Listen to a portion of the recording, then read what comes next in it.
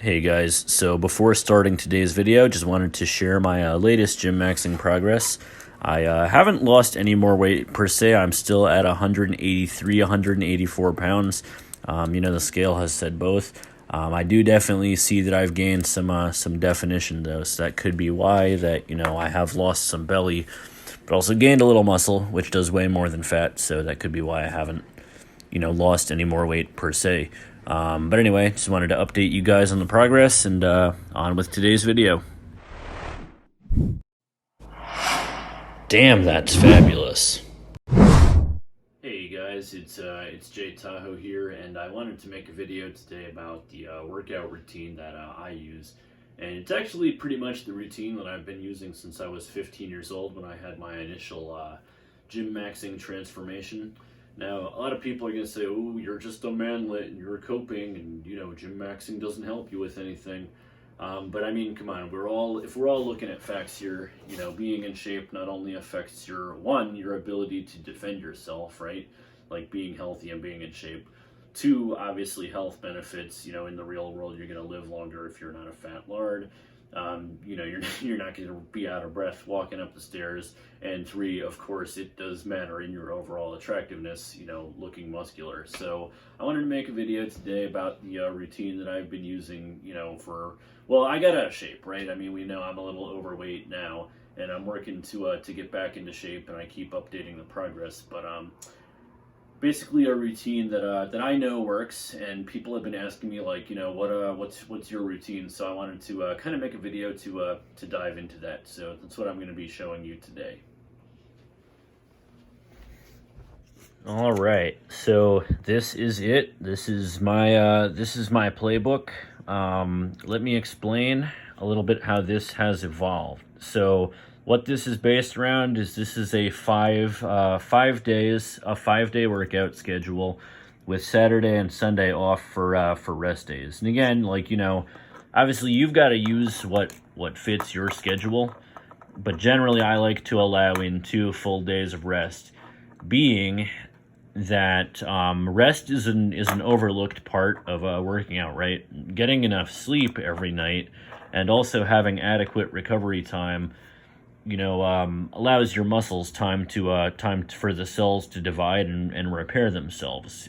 Here's a question: why do they call it being ripped, right?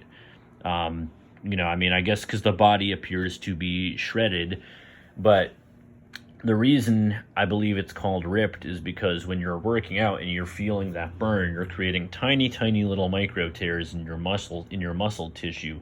And you want to get those tiny micro tears so that your body can replace it with more muscle. So this is how I've come up with this plan. So basically every day, right, you're gonna have 20 minutes of cardio, with the exception of Wednesday because that's leg day. I mean, you could do rowing or something that doesn't involve your legs, but I generally don't have 20 minutes. I don't have any type of cardio really on Wednesday since that's leg day. But you got your 20 minutes of cardio, 20 minutes of cardio. You also want to do abs, like an 8-minute abs workout. And I'm going to put a link to 2 videos that are very good 8-minute ab workouts that you can do, very effective. You do them for about 6 months consistently, and you should have a visible six-pack. So yeah, that's and getting cardio obviously for maintaining body fat is important. And if you can't do a full 20 minutes, you want to work yourself up to that point.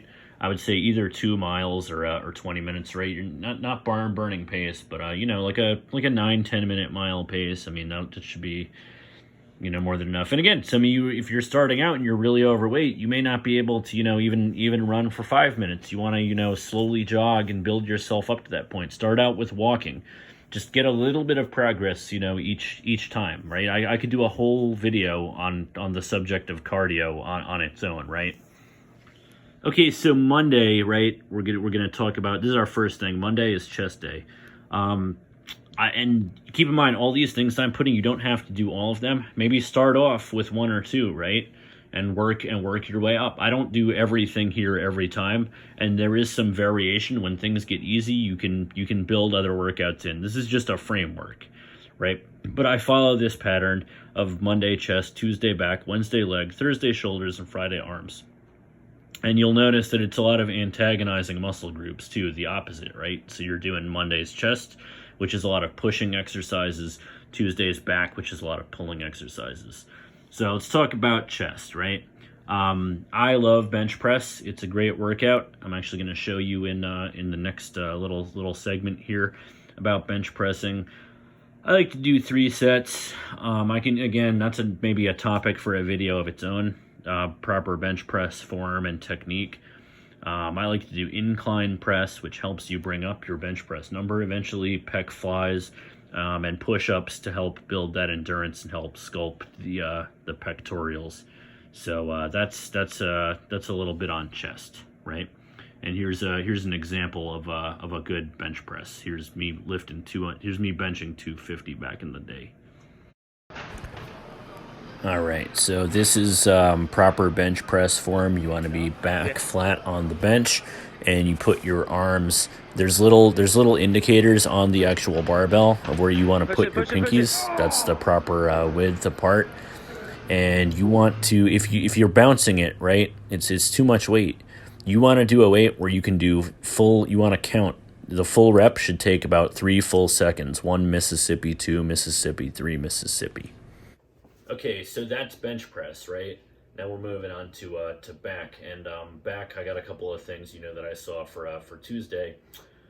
One of the most important things that I think you can do for your back is pull-ups, and I know I did a video actually on pull-ups alone, but I just want to reiterate it because it's that important, because pull-ups are a great indicator of your strength. There's a couple of ways. You want to always have your hands facing forward. You can do them like this too. That's going to get your bicep a little more, or some closed grip pull-ups. Now, what I like to do is wrap your legs up behind your back, which can cause you to swing sometimes. But the most important thing on pull-ups is that you're coming all the way down. You see too much, people doing half pull-ups, but what you really want to do is start all the way down, all the way up, all the way down.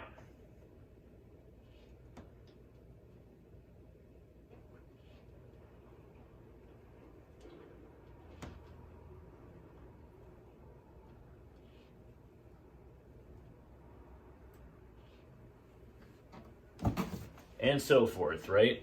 So you want to make sure that you're coming all the way down and all the way up, not doing this.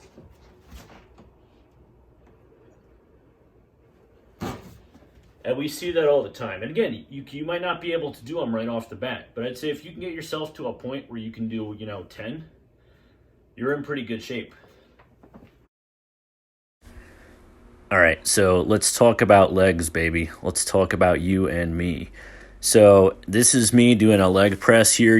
Squats and leg presses are both great for getting your glutes, your quads, your hamstrings. It's a great compound movement. A couple of things to be really careful of with these is make sure you're not locking your knees. That puts a lot of stress on them. You want to make sure you're going down all the way, going slightly past 90 degrees to get the full rep in. And, don't use too much weight because this can put a lot on your knees. Last thing I wanted to talk about today to end this video is shoulders and arms, right, for Thursday and Friday. So for shoulders, there's only a couple of movements. I'm just going to do some quick examples here that you can do with a barbell. You can get one of these pretty inexpensively online, and a couple of dumbbells that you can use for some lightweight exercises. So for shoulders, I think that's something that's very important. You might need a gym for this one, is rotator cuff. So right here, your rotator cuff muscle, which is a tiny little muscle in your shoulder that you can work by, taking like a cable and pulling it out and using lightweight. But people tear rotator cuffs, and I think it's important not to overlook that and, strengthen your rotator cuff. So basic shoulder workouts, to get your anterior, posterior deltoid, right? Along with your rotator cuff, like we just talked about. The most basic being shoulder press, which you can just do with a standard barbell set. You can also do it with dumbbells, individually. I like to do it with a barbell. So you simply bring this up about chin level and up and down and up and down, and about 1, 2, 3 up, and 1, 2, 3 down. 1, 2, 3 up, 1, 2, 3 down. And again, you know, you're going to use a weight that's pretty challenging, right? You should have to put in exude a little effort bringing that up, and you want to challenge yourself. Anything you can do, you know, for 8 to 12 reps, ideally 10. Okay, so to get your anterior deltoid, right, you can do side raises. Very simple. You just hold weights to your side, bring them up. You're probably not going to use much weight for these 10s at max. You can also do front raises as well, which are these guys, you know, alternatingly, of course. That's and that's shoulders. Now arms, I think, are pretty obvious, right? We got standard curls, right? You just press your elbow to your inner thigh, take the dumbbell, bring them up like so, right?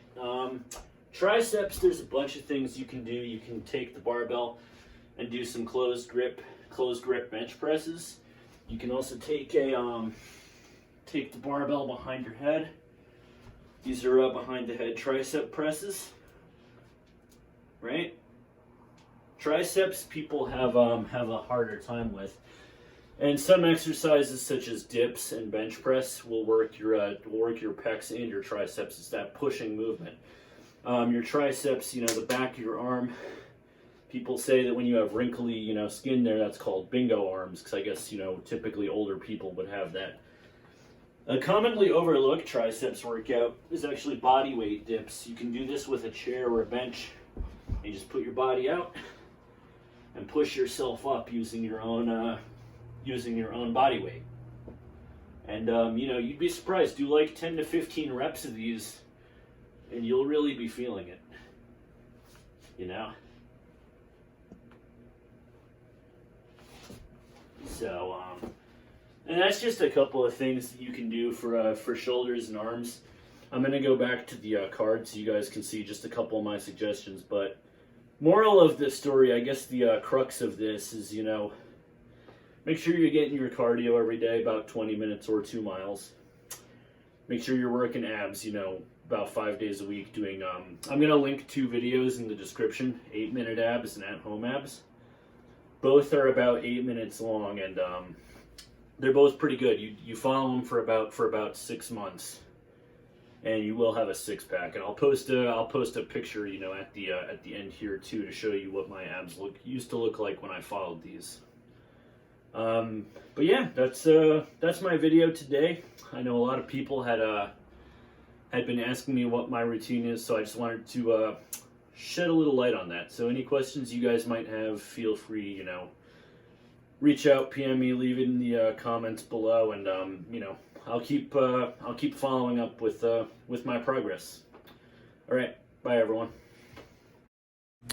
All right, and lastly, I just wanted to talk about abs. So yeah, I have 2 videos I'm going to link in the description called At Home Abs and 8-minute abs. At 8-minute abs, it's a little goofy. The guy's like, hey gang, welcome to your workout. It's early 90s, but it really works. And this is what my stomach looked like when I followed it. This was about after 6 months. So definitely a good workout. I highly recommend. And this is just an overall in high school when I was like, you know, really into working out, you know, 5 days a week. You know, this is what I looked like here. I mean, as you can see, like, you know, I had pretty big legs. You know, I was squatting like 350 at that point. You know, so not bad there. And, you know, this is my upper body. Again, this was about 10, 12 years ago. But, you know, this is the results that I had by following this routine. So, just wanted to make this video, and, yeah. So, I'll see you guys next time. Bye, everyone.